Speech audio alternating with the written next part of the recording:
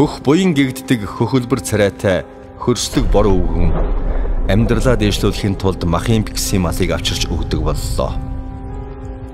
Түүнийг хар мянган малаа туугаад явж байхад аадар борооноор нуу аянга цахилгаан нэргэнүү ердөө падгүй. Болох юм болдгоор ол болно үз. Хараад л сууж байх гэсэн зарчимтай тэрээр бусдын зоригтой зүрхтэй гэж дэврэгсэн магтаалд баггүй хөөрцөглөж буугч өтгөр өөрөө ирээд гараас хөтлсөн ч би өшөглөөд хөөн гэж нэгэн удаа ам алдсныхаа хариуг сайн авчээ.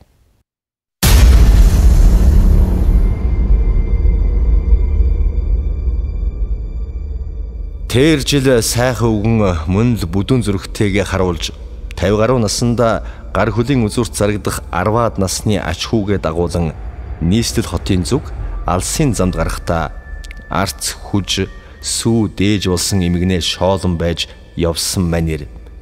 Өвөр ханга аймгийн нарийн тэл сумаар дамжин чухам үзээгүйгээ үзэж айгаагүйгээ айж гинэ.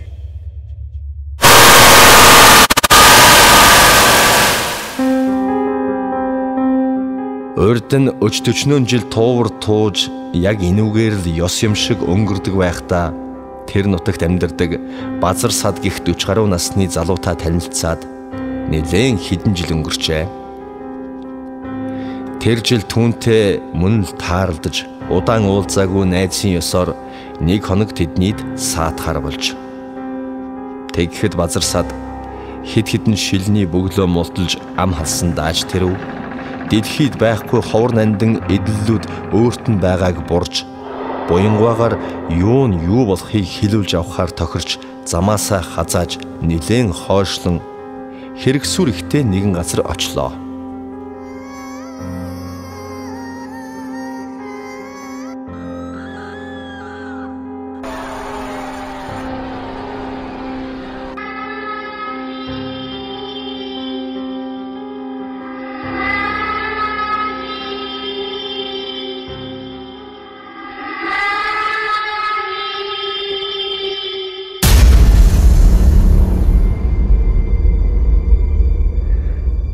Сартай тунгалаг шөнө тэд майхнасаа гарч хэрэгсүрүүдийн ойролцоох нэгэн чулууг ховхлоод 5 литрийн бетоны чинээ төмөр хайрцаг гаргаад нээхтэн эмэгтэй хүний элдэв гоёл чимэглэл алтан эмэг бөгж эмээлийн мөнгөн хэрэгсэл хазаар ташуур гээд хаад ноёдын сан хөмөрг мэт зүйлс байсанд буян өвгөн цочиж гайхшран яагаад ч юм нэг л муу совин татаад байлаа.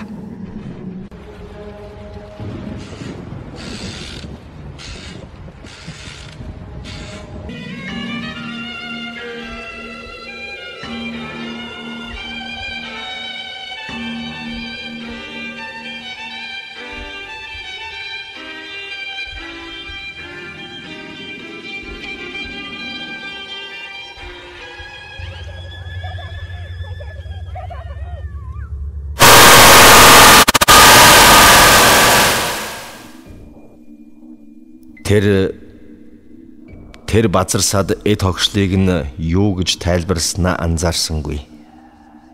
Хурдхан тэндээс холдохын түүс болж хөнгүй майхандаа ирж ямар учиртай юм болохыг нь асууж гинэ.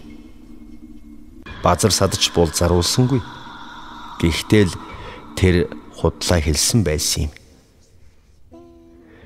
Түүний эхнэрийн тал хизээнээсээ алдартай баячууд байсан бөгөөд эцэг өвгдөөсөө өвлөгдөн ирсэн эд хөрөнгийг хүнд ч үл хэлж нуун далдансаар байгаад хатам аав нь нас барахтаа ганц охиндоо үлдээж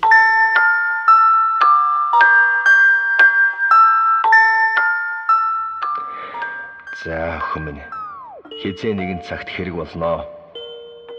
Чамд ах дүү амд найз байхгүй. Наад нөхөр чинь итгэлтэй хүн биш. Ганцаардахын цагт энэ л чамд хань болох учраас зарж үрээд хэрэггүй шүү. Гэд яг энэ газар хадгалснаа зааж өгөхийг нь Базар сад сонсчихж. Базар сад энэ явдлыг ярьж эхнэр маань надад ч хэлж амжилгүй өөд болсон. Гэх боловч тухных нь хөлс бурзаан сарны гэрэлд царайн цонхиж өгсөн амтан харагдаж байлаа. Буянгаа түүнтэй танилцсан жилээ эднийд ирэхэд туранхай сайхан ааштай бор хүүхэн байсан нь тод санагдаж, яагаад ч юм тэр хүүхэд дэрэгдэн ирчгээд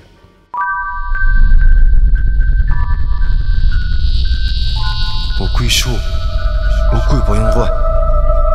Би өвчнөр өхөөгүй. Би өвчнөр өхөөгүй. Би өвчнөр өхөөгүй." химэн хашгирах шиг нэг л яозгүй. Чухам толгойтой өснө нэг нэгээрээ бослоо. Базар сад байж сууж ядан хавчгнаж хөөрхий хань минь хар өвчнөр гэдэл дахин үглэх боловч буянд шал өөр айдас сэтгэлд нь эргэлдэн чи юм уу алуурчин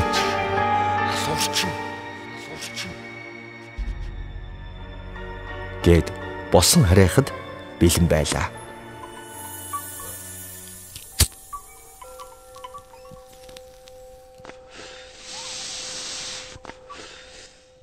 Тэд хэсэг зур чимээ алдарч удаан тамхи байгуулан сууцгаагаад унтахаар хэвтсэн байна. Буян шүн дунд зүүдлээд байгаа ч юм шиг, сэрүүн байгаа ч юм шиг, яг аль нь мэдэгдэхгүй жигтэй үйл явдалд уусан замхарч нүдэрээ инээмсэглсэн туранхай бор хүүхэн энэ эд зүйлс чи яав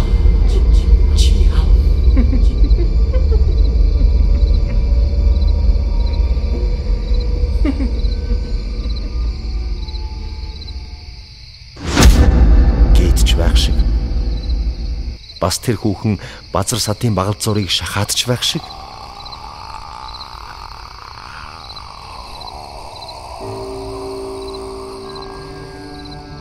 Тэгсээр нэг мэтгэд үүр цайж хонь малаа санан ухсхийн өндийгөд базар садыг дуутахад тэр аль хэдийнэ орчлон орхисон байжээ.